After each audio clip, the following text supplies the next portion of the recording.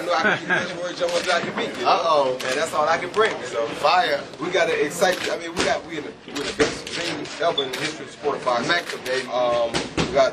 I mean, it's us. You know what I'm saying? We are. Y'all are tomorrow. I am today. So we got to go start this and continue it on. That's right. That's right. Calzaghe's punches look soft though when he swings. He swings like he doesn't swing straight ahead. Yeah, but see, what you got to understand now, and I don't want to underestimate this. He does do a lot of welding, but he will sneak one in on you every now and then. You don't have 33 knockouts for no reason, and he don't keep a lot of hand problems for no reason. Zayab got hand problems because Zayab can punch. And the guy with hand problems is like he actually doing something. Looks like he swings like I don't want to say. Like I said, a lot of times he does. He does, but he does. It's like Al used to do it. He can slap you and slap you and slap you till he makes sure he hit you, and then he stick you, and there you go. So you got to be aware of that. You can walk through that. You better not let me walk through. If I find I can walk through it, it'll be early tonight. That's what we expect, anyway. Boy, you and Calzaghe were very friendly with each other. Is that still good? Yeah, we still come in. We cool people. We here to put on a show. You know, we here to put on a fight for the fans. I mean, it ain't no secret to what he does, and ain't no secret to what I do. You understand what I'm coming? That's just what it is. The Hopkins fight inspired you, know? He's 43 and he looks so good. No, because if you give me a guy that's way beyond underneath me, I mean, I'm gonna look good against him if I'm not. So I mean, that didn't really inspire me. I mean, Hopkins did a great job with a guy who they thought was ready, but the guy wasn't ready. See, what you gotta realize, if you don't have a true amateur background, like I'm sure these two guys, I know he had, and I think he did too, you have a true amateur background, you've been doing it for a long period of time, it's a little bit different. It's not easy to come out and just put yourself out there. The only person he fought was Jermaine Taylor, who to me is a very green professional still. To me, he never learned a lot as a professional fighter. So it's like, when you put him out there and you stick him out there with that whoop, he's in trouble. Who can't look good like that? You want to say something? Yeah, let you all say something. I just want to thank everybody for being here. Thanks Square Wings. Thank John, Roy, of course. You know what I mean? Got on everybody here. Big man right here. And yo, we're going to be a tremendous show. We're glad to be here. We're going to be a great performance. Thank you. Well, I've been dealing with work for a long time. You know, John is different from mine, so he called me up. You know, boy, let's do something big. I'm always down for that. Always. My friends, I help them out anytime. Vice versa. Dad, why the drop back down to 40?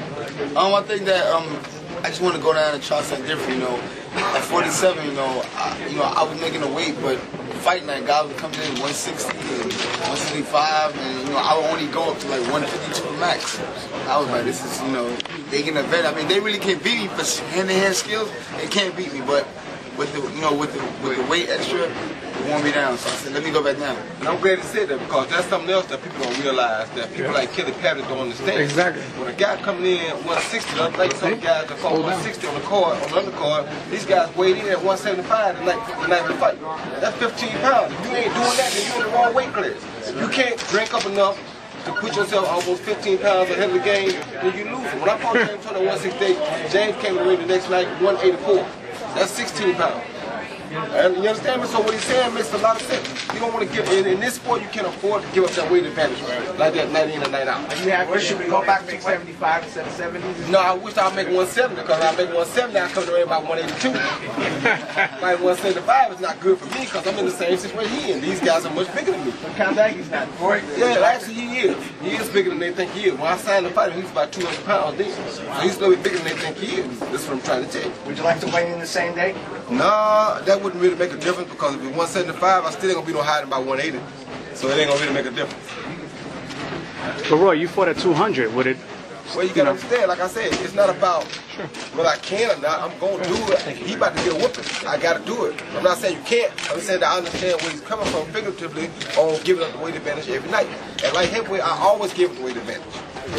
At always, every night. Every light heavyweight I fought has been bigger than me. Come on, dude. The only one that may have not been a little bit bigger teen me was Clinton Woods. Right. Because he came up from 68. Now, if you get this victory, will you face Hopkins? When I get the victory, no. What I'm facing Hopkins for? I already did that. Been there, done that. Hopkins So you have no interest in fighting him? Because he always say my name, then what he does is sign to fight somebody else. So does that really sign you want to fight me? I'm not going to chase nobody down for no fight. And I'll beat you already. What I look like? Right. Yeah, looking back, you know, now you're going back to that 40 minutes. Most of us believe he is your best fighting weight. Looking back, you wish you could stay here, or do you have any, No, I mean, because I've done a lot of great things at welterweight. I had some big fights. I was undisputed welterweight champion of the world, so I can never regret going to welterweight. It was great for me, but just, it come a time, in my last fight with Clottey and the Cotto fight, these guys weigh in 147, but fight night, Cotto came in with 170. You know what I mean? So, it is what it is. Is your goal to be undisputed junior welterweight champion?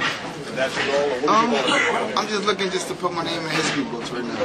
Put my name in the history books as one of the greatest fighters out here today. That's it. Trying to get down the street again. It would be nice, but it's a lot of work. Man, all them belts up again, you know what I'm saying? But, if it should come, if the opportunity is there, and it's submitted stuff, I'll be there for it, definitely. How does it feel fighting Roy Jones? Oh, it's great. He's one of the greatest of my time today. So it's an honor for me just to be there and do what we do, you know what I mean? He's going to bring the best out of me, you know what I mean? So it's going to be great. It's going to be great. We've done this before, like my second professional fight. When he fought Brian Brandon, I was a co-main event too. So it was kind of great. Who's the next scheduled fight? Let me see. Promoters don't remember this kind of stuff. Ernie Johnson. Yeah, Ernie Johnson. What do you know about Johnson? He calls himself slick, and he's a crafty fighter.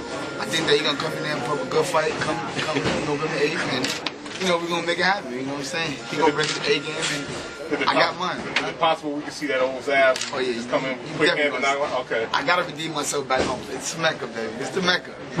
And he back at 1-4. I'm around the corner from Brooklyn, so I gotta represent. They all gonna be here. Definitely. Yo, Frankie, I heard that Gary Reese pulled out. How do you feel about that? I'm bummed out. I think Gary Reese has been a nice step up for me. Even though he lost the world title 5 months ago, I still consider him a world champion. And beating him would put me definitely on the map for a world title shot, whether it's against Juan Durango, Herman Thaisu, Kendall Hall, the top 4 world champions. I'm there. I'm ready. I'm just ready, man. And Gary Reese,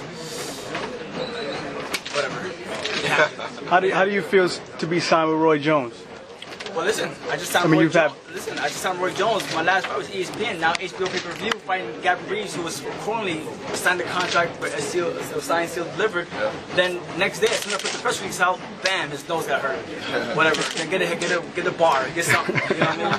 Get a bar, go to Everlast, get a bar or something.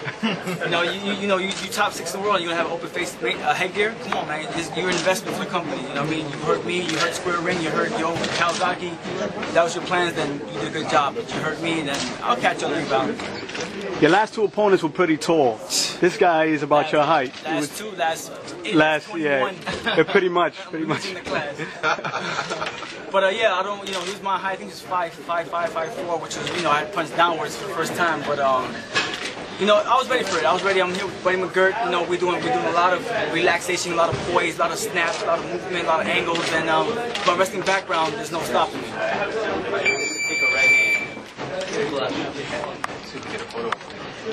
Yo, Roy, once you get this victory, what's next? Once you get this victory, what's next? I'm sure he gonna want me to come to his country and fight him again. Don't break out into one-on-ones. Okay. Let's see.